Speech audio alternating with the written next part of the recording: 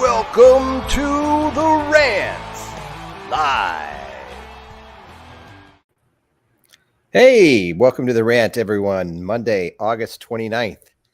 We're almost done with August, which for me is a great thing because it is so hot in Phoenix right now. It's just the humidity is crazy. Humidity, huh? You guys have humidity? Yeah. I didn't think that was possible. Yeah, well, it's a monsoon. After the monsoon comes in, in August, typically July, kind of August. And sometimes it's worse than it is others. And this year it's been really bad. It's like 50% humidity. Like it's supposed to be 110 degrees this week. Ooh. September, the first week of September. So I just think it's funny because, most of the country, this is where it really, really diverges, where you get, kind of like we're still dealing with this unbearable heat. Meanwhile, in your neck of the woods, you're going to start cooling down here soon. So I would hope so. Although yesterday it was 90 and really humid. And today, like we had rain last night that came through or early this morning. And so it is insanely humid. Like it's going to get up in the mid 80s again. But I mean, it's just like that soupy kind of, you just walk outside and it just feels gross. And so, yes, we should be, I hope, cooling off. That's why I was looking at the weather here because it's going to be, high of 87 today. Although it's actually going to get down to 81 on Wednesday. But by and large, mid to upper 80s for the next week. So, cool. That's good. Not ideal, but as long as it cools off in the evening, once the sun and the sun is setting a little earlier. But I got a couple of outdoor concerts this week, so I'm hoping for it to be a lot more bearable because otherwise it's going to be a bit on the roasty side. But we'll see. Nice. Yeah.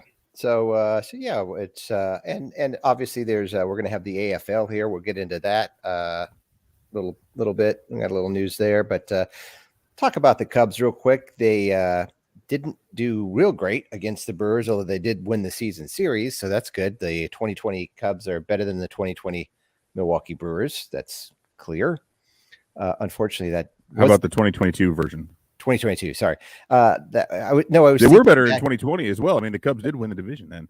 Although they weren't better in 2018. Right. Well, let me say this. Here's what's funny. I want to address that just very quickly, and then we can move on to more salient topics. But it was funny because somebody on our Facebook page lamented. They were like, "It's an embarrassment that the Cubs are so far inferior to the Cardinals and the Brewers." I'm like, that's one of them I had to respond to. I was like, you realize they've got a winning record against the Brewers, and this is heading into this series. They've got a winning record against the Brewers, right? He's like, that's just a coincidence. I'm like, 16 games, buddy. Not a coincidence. And so the Cubs are playing well. If you beat a team in a playoff series, is that just a coincidence? Yeah. I mean, hey, one game, yes, coincidence. Series, maybe a 3-gamer, yeah, absolutely. You could chalk that up to not so much coincidence, but that's not definitive. But not only have the Cubs beaten the Brewers more frequently. Now, are the Brewers better overall? Have they got a better record? Yes, but the Brewers are playing a lot worse over the last few weeks than the Cubs are, and the Cubs have beaten them more frequently this season. Dare you call that out? Yeah, so it was just kind of odd to me, and I'm like, hey, I'm not saying you need to be happy with the direction of the season, right, or be happy about what the Cubs have done the last couple of years, but if you're going to lament their current state, maybe don't do it using the Brewers as an example of a team. And like, if we're looking around at who are the Brewers' core pieces and what are they going to build on for the future, like, dude, I mean, Devin Williams is awesome, and Brandon Woodruff's awesome.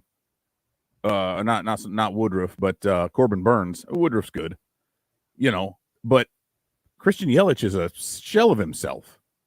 Although we did have a couple home runs against the Cubs of course weekend.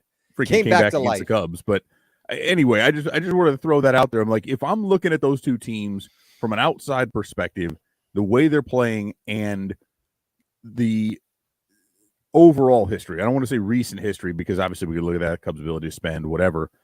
But think about kind of the rhetoric that we're hearing. Look at where the breadcrumbs kind of lie. If you're asking me over the next 5 years, which of these teams is going to be better over the run of that time, I'm putting my money on the Cubs in a big way Oh, over the 100%. Brewers. The Cubs have a better record in the second half. The Brewers are 17-16 in the second half, and the Cubs are 20-16. So the Cubs are 3 games better there, and they're better in August as well. Actually, in August, the Brewers have a 10-14 record. No chance of finishing the month with a winning record. They are 2018 Cubsing it down the stretch. Yeah. Which is glorious to see, actually, because for the Brewers, like you said, this really feels like this is kind of like their last grasp at, being really good. They're not going to be able to continue to do this without any offensive weapons. And when you've got a guy like Yelich, who's been such a huge part of the team and offensive production kind of, on his last leg, so to speak. It took him at an MVP level performance, and just absolutely beating the brakes off of everybody who was out. Like he had to be so awesome for those stretches to help carry them, that again, he's not returning to that, even if he's not going to be this awful player that he's kind of been now at stretches, really since 2020. His production has seen some really deep valleys and the peaks haven't been nearly as high. So, and their pitching, as we've seen, is not as consistently good as what it had been. And that's really what was there. Basically, it was they had incredible pitching and you had Christian Yelich carrying the offense at an MVP level production. Yeah. If you don't have both of those, then it's done. And then where are you going for it? Meanwhile, I really I've come around on this quite a bit to where I really do think the Cubs are going to do some things this offseason. And you're starting to hear that too, right? Like Hoyer is starting to talk about extending some of the guys who are in that clubhouse right now and making some moves. Yeah, sort of. I mean, the history is not on his side. Let's put it that way. But we'll see what they end up doing. I don't know. It's kind of I'll believe it when I see it. I think we're not talking like near end term guys. I think what they would end up doing is buying out dudes who are pre-arb so that they could do it at a much lower cost. But anyway, sure, yeah, and they've done that. They've done that with like Kyle Hendricks, I think. They did. I mean, Anthony Rizzo's extension, his initial extension, David right? Bodie. He did. Starling Castro, Bodie. And so it could happen, I think, on some of the smaller ones, but I think they're gonna splash in free agency. But okay, I digress. So the Cubs won the game on Friday 4-3, thanks to Ian Happ being the only player that could get a hit, and thankfully he got 2 hits, and both of those hits were 2-run home runs. So it gave the Cubs a 4-3 victory. Justin Steele again just nails. Had he's got a 3.18 season ERA. It's just it was like around, I think, 5. I'd have to look back, but he was really high at the beginning of the season. A lot of that was because Jonathan VR and Andrelton Simmons. Well, really, Jonathan VR was behind him. Yeah, single-handedly hurt his ERA. But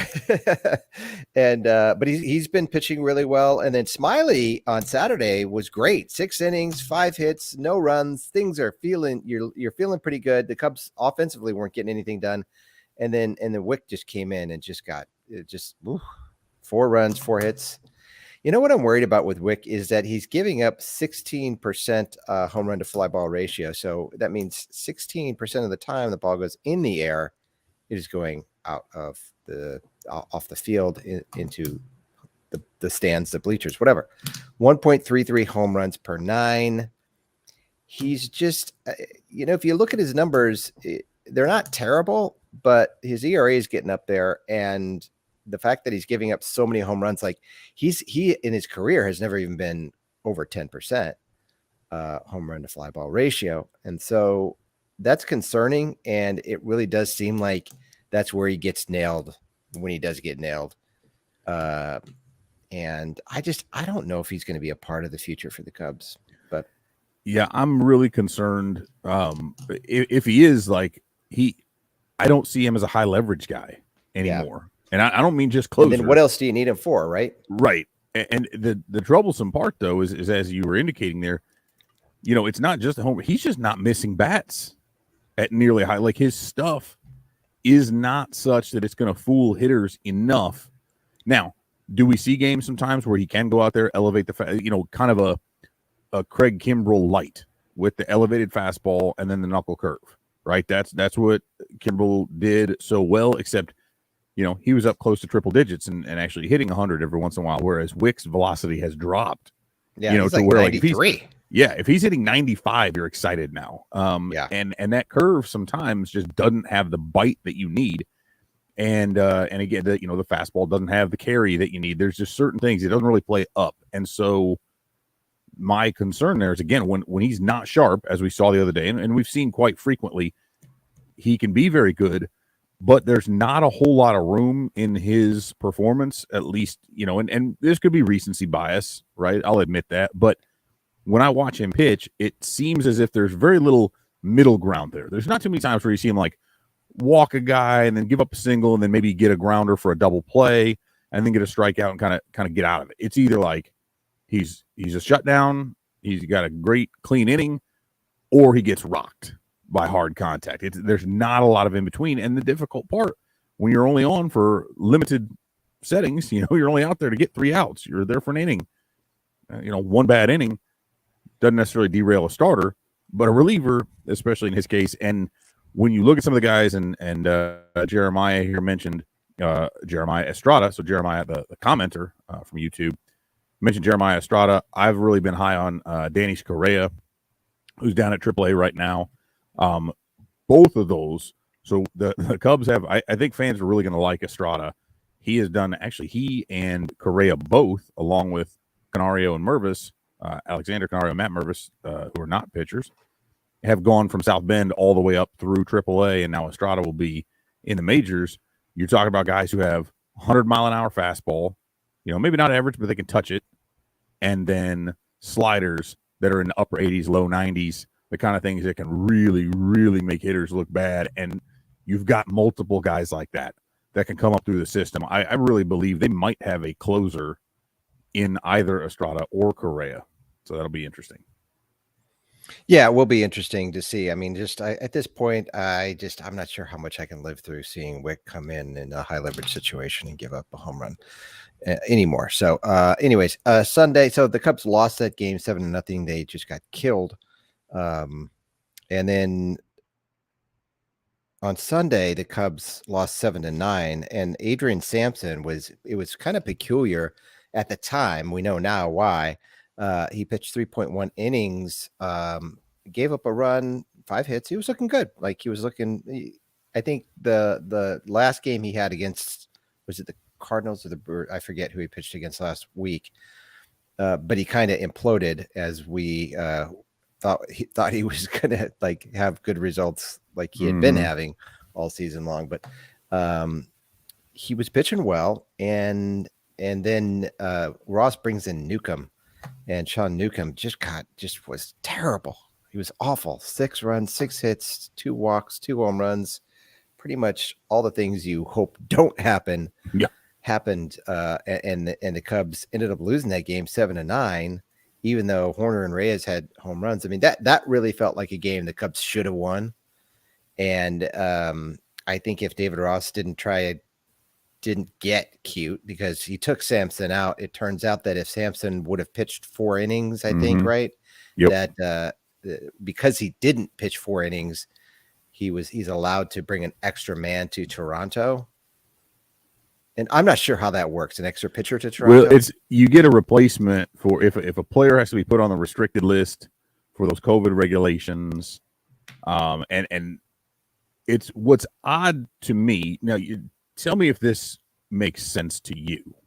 It doesn't make sense to me because they had a replacement player for Steele who started on Friday and would have been in line to start on Wednesday in Toronto. He doesn't make it. He can't go to Toronto because he's not vaccinated. Just got to stay in Chicago. So get a replacement player for him. What I don't understand is getting one for Sampson because A, he would not have been in line to pitch one way or the other in Toronto. Mm-hmm. And B, it's weird to me that him pitching fewer innings would trigger them to be able to get a replacement player because, again, not that they would use him in a relief role, but if he only pitches 3.1 innings, conceivably he could go again on 2 or 3 days rest and give them an inning of relief. they would not do that. But so it's odd to me because if he had gone more than 4, he wasn't going to be available anyway by either the timing or the number of innings. I don't really understand it. I guess it's got something to do with, but again, because they have to replace him on the roster, they get to call a guy up and don't have to put him on the 40-man roster, which is why they were able to bring up 2 guys who aren't on the 40-man, to which I'm sure we talked about Caleb Killian on the last one. I'm sure he's just loving this, but at least these guys are both relievers right there. But that's the funny thing. Like, you're gaming the system so hard because you took a guy who's a starter for you who didn't go deep into the game. You kind of screwed yourself in that one game. And then they get to go ahead and bring up a reliever in place of the starter because he wasn't going to start anyway. That's a great move for the Cubs. I mean, it works out incredibly well for them to be able to game it, but it's just it's super odd. It is very odd. But like and you for mentioned, those who are listening, yes, my mic is popping. I don't know what's going on. I need a new mic. I need a Blue Yeti or something instead of whatever this is. But someone's mic is hey, it's not just me. I was wondering if it's just me.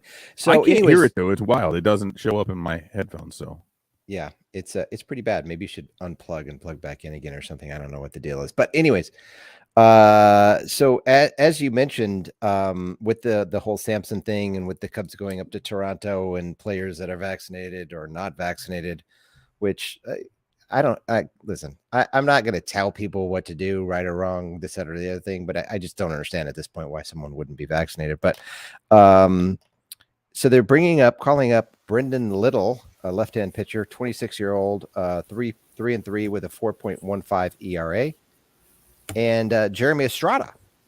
And Jeremy Estrada is actually Jeremiah Estrada. Jeremiah Estrada is actually in the top 30. I think he's ranked 24th in marquee Lance Brodowski's. You should just not ever say names. Yeah. just that one guy with the one thing for the one place. And so, but a lot to be excited about with Estrada. The guy touches 90, 100 miles an hour. He's got a wicked slider. His strikeout now, he's got 78 strikeouts over 48 and a third innings this year to only 38 walks. This feels like a guy that's going to come up to Chicago and probably is not going to leave. But he's on the 40. He's not on the 40 man, so he's going to have to leave. They'll have to make another move. Like they keep shuffling stuff, right? What's funny is like, because I keep looking at it, I keep forgetting, because I'll be like, okay, they call these guys up and these guys, and then it's like, okay, well, Hayward, was on the IL for a while, and then they just moved him to the 60-day, right? So he could take off the roster spot. Hendricks gets moved to the 60-day. Alec Mills gets moved to the 60-day.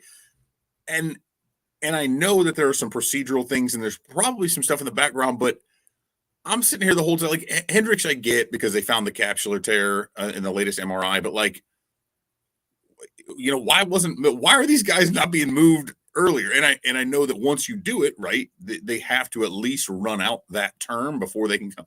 But like, come on, guys, they're not coming back inside of this time. Like, let's go ahead and add some guys. But there again, I think part of it's like you don't really want to add somebody onto the 40-man roster if you're not really that sure, because then the last thing you want to do is have to DFA a guy. All that said, I'm still looking at it going, and there's a question here about it. I'm like, what does Mervis have to prove? Although I know we'll talk about that with some other stuff. Why not just put Wisniewski? You're putting Hayden Wisniewski on the 40-man roster eventually anyway. Why not just do it? let him come up and get why didn't he get a start on Wednesday? You know what I mean? Why not use that dude as your replacement? It's just, I don't really care about seeing Mark Leiter Jr. again, or getting a look at flipping at Luke Farrell. I don't like. I know. Yeah. I still believe not like conspiracy or anything like that. I really think they're giving Farrell a shot because they want to keep him in the organization as part of Craig Breslow's pitching infrastructure. I think they want him as a coach to stick around after the fact. I mean, his old man was a manager for a long time. He's a real smart dude, really, really smart dude. I think this is as much about having him in the organization long term than it is actually giving him a realistic shot to be part of the future on the pitching staff itself actively. But yeah, I guess we'll see. Yeah, it does seem like the Cubs have been real slow. I don't know if if it's like necessarily procedural moves or just kind of like whatever you want to call them, but in making kind of what appear to be some of the more obvious moves, player moves, they've kind of everyone's noticed that a move should be made, like with oh my God, the outfielder, Jason Hayward. Yeah. Look, I forgot his name already. You compartmentalize that. Yeah, that's just gone. It just, yeah. So it just seems like they're taking a while to kind of do the things that kind of everybody thinks and knows that they should be doing for some reason, and it's not real clear why they're doing it. Obviously, there's stuff going on behind the curtain, and yeah, we've got someone mentioning Michael Hermosillo. Let's not forget Michael Hermosillo was not real good when he was playing with the Cubs earlier this year. He wasn't doing real good. I'd have to go back and look at his numbers, but I seem to recall he was not. We had talked about him possibly, being sent back down to Iowa, and I don't remember if he was or if he just got put on he got put on the 60-day IL, and now he's rehabbing in Iowa. Although, again, there's at some point, right, these guys, like, there's not going to be room. We've already talked about Rafael Ortega, like, he's not part of the future. Yeah. Hermosillo has some great tools, and I think the attitude's great, and he's an exciting player when he's out there. He gives it everything. But you've got a lot of guys coming up, and you've got at least two in the corners, right? And then PCA at whatever point he makes it, and maybe Owen Casey. I mean, there's a bunch of guys who could beat Brennan Davis, right? There's a lot more guys who are going to be prioritized above Hermosillo. Although I think he was like 3 for 5 with a double and a triple or something yesterday. In 11 games, he only played in 11 games. 17 games. He batted 071 with a ideal 107 slugging percentage and a 40% strikeout rate. It's all coming back to me. I'm actually shocked that he played in 17 games for them this year. But I don't know, this year more than any other, like this season, telling me that and then trying to go back to the beginning of the season, like this season feels like it's been one of the longest I can remember. I mean, this is just feels like forever ago. But yeah, I mean, he was one they transferred pretty quickly to the 60-day, if I recall. And I know, again, he's close to making his way back, but who do you move, right, in order to get him up there? They're already patchworking stuff together. I don't think you move anybody to get Hermosillo up to the major league level. I just don't. Especially if you haven't, like, if Jackson Frazier's still down in AAA, right? He hadn't come back at all since he was DFA'd. I can't imagine they would do anything with Hermosillo, but they've just got this glut of guys, and there's going to be a lot of house cleaning that's going to have to take place, for lack of a better term, right, this offseason, because they do have a bunch of guys, not even necessarily on the 40-man roster, but just who are, kind of organizational depth guys, which is really what Frazier, Hermosillo, Ortega, even though he's up and, getting fairly regular at bats at the major league level, there's really not any room for those guys moving forward. There just is either you're taking playing time away from other players who need to come up through the system. So I would expect to see a lot of that change up this offseason. Especially next year. I mean, you're able to kind of do it this year, but then once you start getting a little further down the line and some of these younger prospects start moving up, you want to see them at Iowa at the kind of next level before they get to Chicago. And then Matt Mervis going to play in the AFL. Kind of an interesting announcement there. It seems real curious that he hasn't been recalled. I mean, I guess are called up to the Cubs. I guess that's just because he's not on the 40-man roster. Other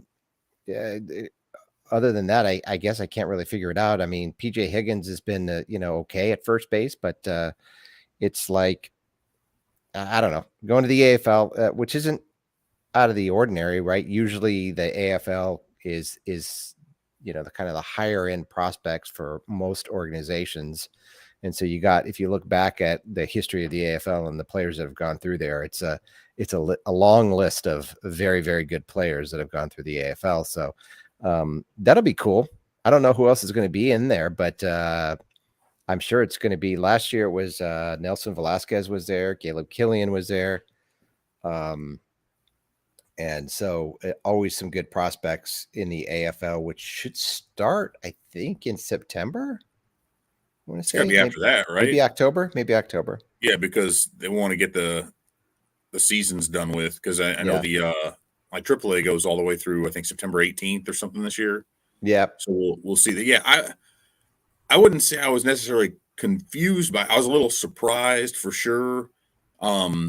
I'd be interested to hear their reasoning if they provide it with Mervis, because usually the Arizona Fall League is, it's for guys who either kind of maybe they came on late, and the club wants to get a better look at them with maybe they change some mechanics or something, pitching or hitting wise. Somebody who was hurt, and who didn't get much time over the course of the season and needs to get more experience in there. So, we could see Brennan Davis there. Possibly. We could see Miguel Amaya, who, again, dislocated his ring finger, his left, I think his left ring finger. Davis played in the AFL last year, so I think it'd be. He could do it again. But the whole thing is Amaya played there a couple years ago. Mm-hmm. I'm just saying for guys who they need to get that extra time to, because it's very difficult to make up for that lost time, right? You can't get back what he didn't, the plate appearances he missed in AAA, but they get it. So for Mervis, it's a little bit weird because he's not a young guy who just made a big jump. It's not like he's a prep player who jumped up to AA and struggled. He was a 24-year-old. He's up at AAA and has a 926 OPS there, right? He's lowered his strikeout rate at every stop. He's increased his walk rate at every stop. He's bashing home runs 450 feet off the scoreboard. I'm not seeing much. The only things I can figure, and it's maybe twofold, is one, they look at it and say, hey, there's still some things we'd like to see him get, and it might not even be a deal where he plays a lot. It's a deal where maybe they're saying, we're going to have you bat against a bunch of lefties. If there's a lefty on the mound for this team, you're getting those at bats. We want to make sure that you're not going to be too, your platoon splits aren't too bad. We want you working on a specific kind of, or maybe it's, curveballs. We want you to hit. Hey, they got a guy who throws a bunch of breaking stuff. We're going to have you in there. And then the other thought that I had is there's the possibility that they just want to say, hey, man, we want you to prove to us, like you've done it at 3 levels so far. We're going to go in there. You're going to face a lot of these really tough pitching prospects. We want you to go out there and absolutely rake.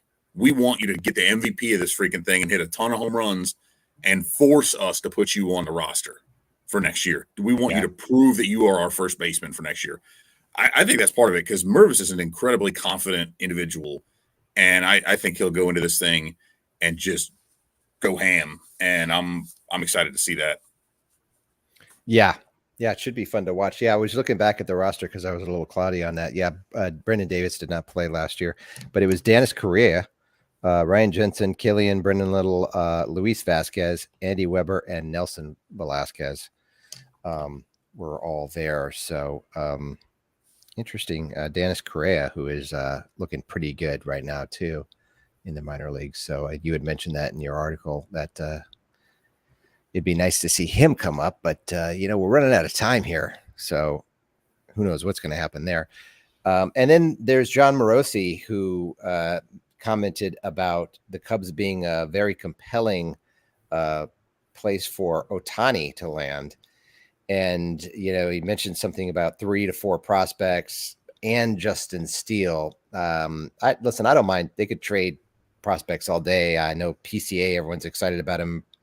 Even Brennan Davis, I think those two together should bring back almost anybody. I think Justin Steele I just don't think that's going to happen. I don't think the Cubs are going to let go of Justin Steele. I think looks like he's going to be too much of a dominant guy. But the only thing that I get stuck on is that it's just for a year. And granted, Ohtani for a year is Ohtani for a year. But the Cubs anybody can sign him as a free agent. So is it worthwhile to kind of wait and see how it plays out and then try to sign him as a free agent? Or do you feel like you're just going to miss the opportunity? No, I mean, I think if you have the opportunity to acquire him, now that this goes twofold, right? So this is what I wrote about. If you're going to give up a lot to get him, especially if you're the Cubs in the position they're in right now, you do not do it without an extension.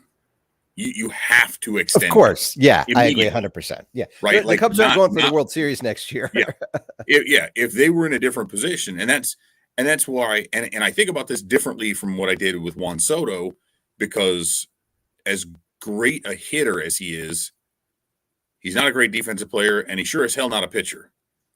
Ohtani is the ace pitcher they need, and he's a lefty power bat that they need. Like he fits the Cubs' two biggest needs. He fits them, one player.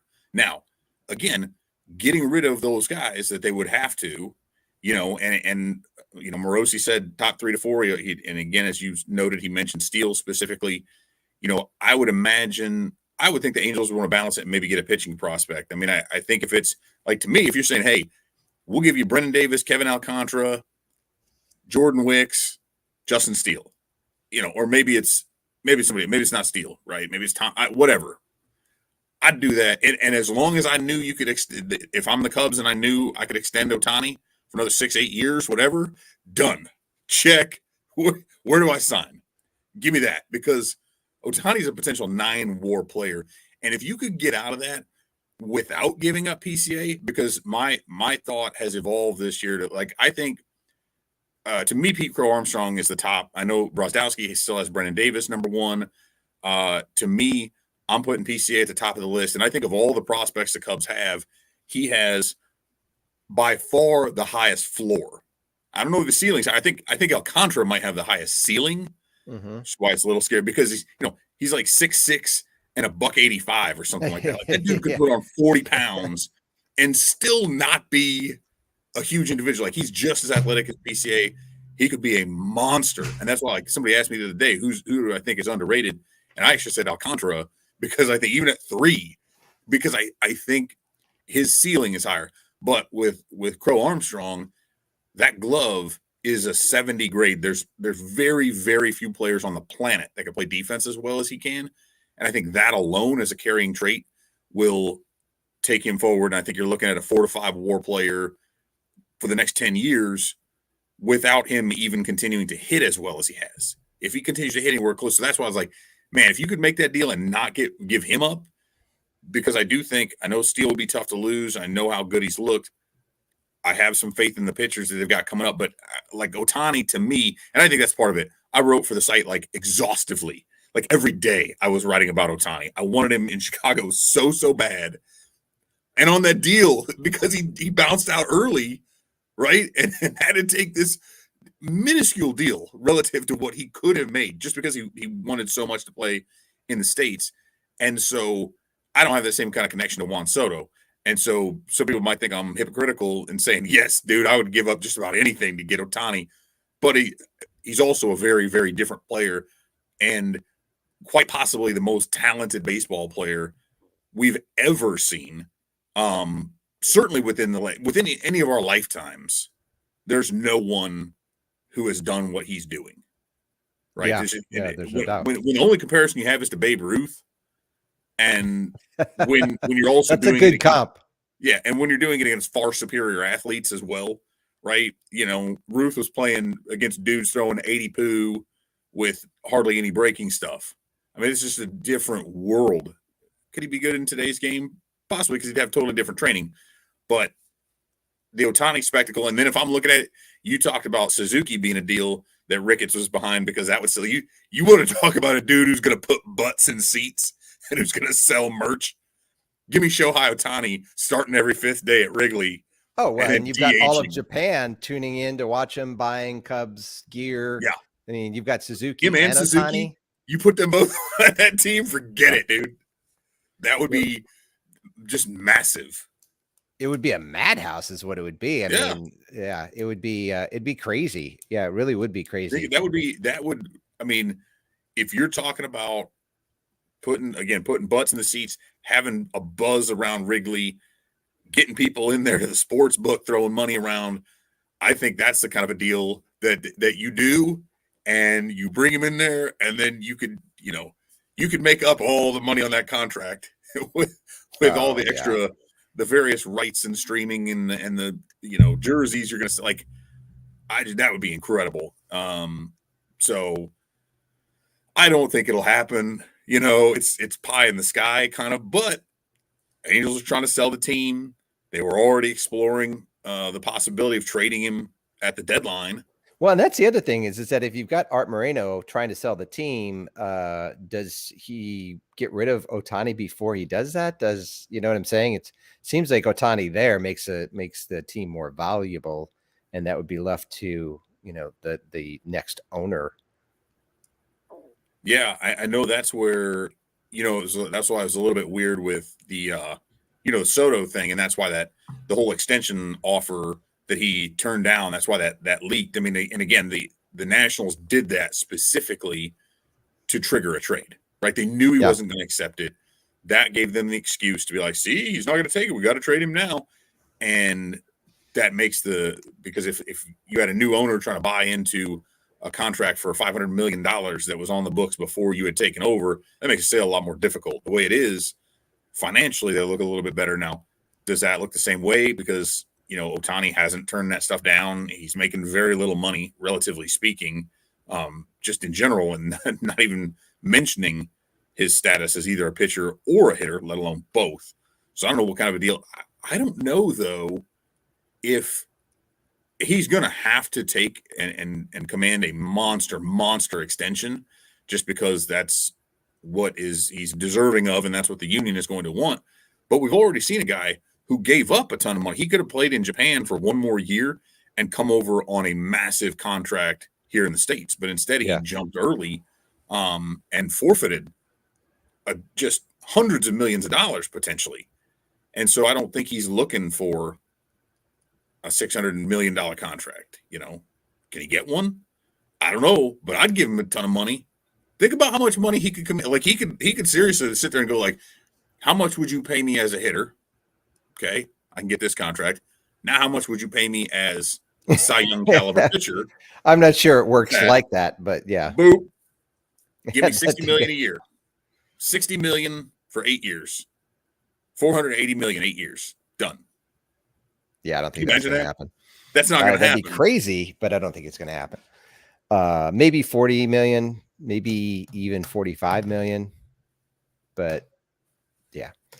So anyways, well, I mean, it's just fun to talk about, right? Because having him and Suzuki playing on the same team would be really insane. And just fun. The Cubs are they're 14-13 in August. They have an opportunity to finish this month with a winning record, which is something they haven't done since May of 2021. It's been a while. That's back when the Cubs kind of outperformed that month. Remember, it was like last year, everybody thought this is the end. And I think they didn't start very well. And then in May, they just tore it up. And then in June, they completely fell apart. Had that 11-game losing streak after they lost. They played the Dodgers or something. I forget. They no-hit the Dodgers. They no-hit the Dodgers, and then they lost 13 games in a row. Oh, was it 13? Okay. Was it 13 and then 11 later? They had two double-digit losing streaks last year. Yeah, one lot of losing. One that was like during and right after the trade deadline. Yeah, and then that Dodgers, like, they went from, in the space of 2 weeks, they went from actual reports about like the Cubs are going to be buyers. They were, leading the division. They look great. To then 2 weeks later, it's like, nope, selling everybody. We're done now. Like, yeah, it was just like that. Just wild turnaround, because at that point in the season too, I mean, at any point, losing double digits in a row is going to really hurt you.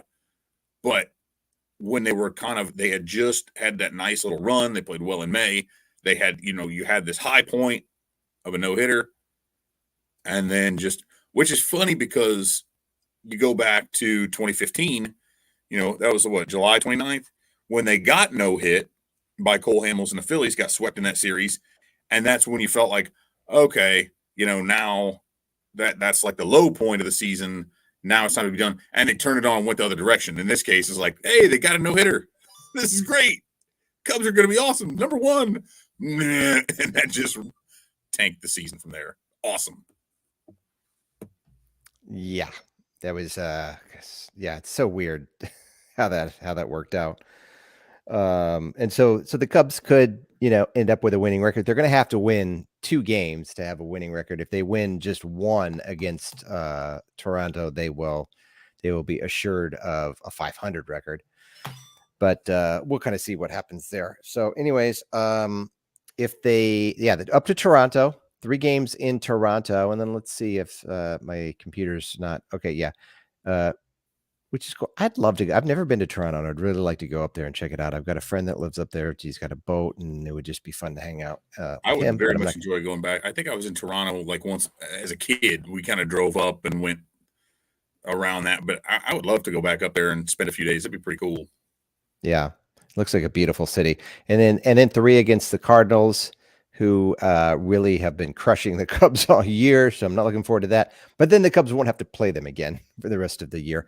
And then the Cubs come home on the 6th of September against the Reds, the Giants. The schedule gets a lot easier. So, I mean, it's possible that the Cubs could have back-to-back winning months. So I don't want to get ahead of myself there. I know that's getting crazy.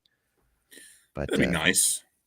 I mean, if not, because at this point they played themselves out of the best 3 odds, the bottom 3 records, which we thought they were like a lock for at a point in time there, right?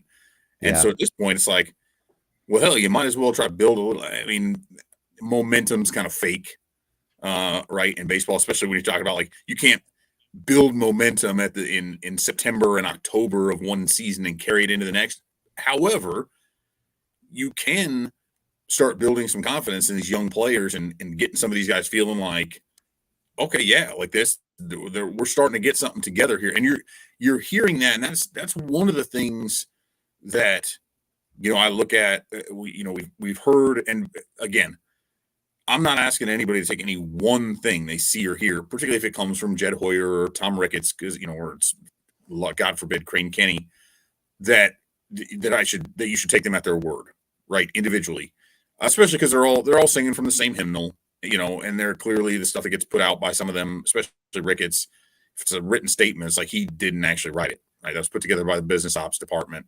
But when you hear them say, we've got money to spend, and that gets repeated, and then I would add to that, some of these reports, because some of these things that come out, some of these guys are just full of crap, right? But Morosi, I trust a lot more than Heyman. A lot of them. Yeah. Heyman is one of them that's full of crap. Oh, well, yeah, that's a definite mouthpiece, but there is some truth to this. Like when Morosi puts something like that out there, right? There's not like the Cubs and the Angels have been talking, but somebody says, hey, they're really going to look to move him, and he's connecting some dots. But the others, you're hearing there's a reason, right? Like Franmil Reyes is talking about how great it is to be there, and you're hearing, Seiya Suzuki is still saying these things, and I mean, Yu Darvish was still pitching the Cubs to him at that point, and Nico Horner is talking about how great it is to be there. Wilson Contreras is talking about how great it is and how he wants to stay. Ian Happ is talking about. There's a lot of that I feel like.